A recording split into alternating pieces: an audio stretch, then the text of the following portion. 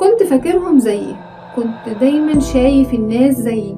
قلت اكيد اللي بيضحك في وشي بيحبني، واكيد اللي بيقولي انا جنبك يقصدها. بس مع الوقت اكتشفت ان مش كل اللي بيضحك صادق، وان في ناس بتقف جنبك بس عشان مصلحتها ماشية. كنت بركز في الكلام واتأثر من ابسط كلمة حلوة، اصدق الوعود وافتكر ان القلوب زي بعض.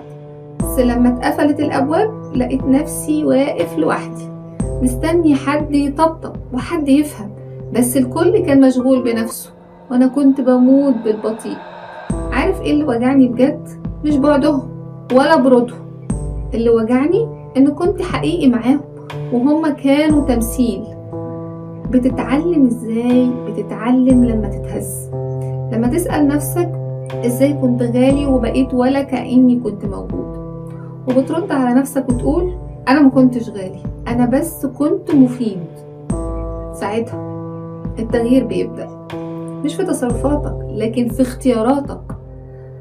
هنا تبطل تدي بسرعة، وتبطل تصدق بسرعة، وتبدأ تشوف الناس زي ما هما مش زي ما انت نفسك تشوفهم.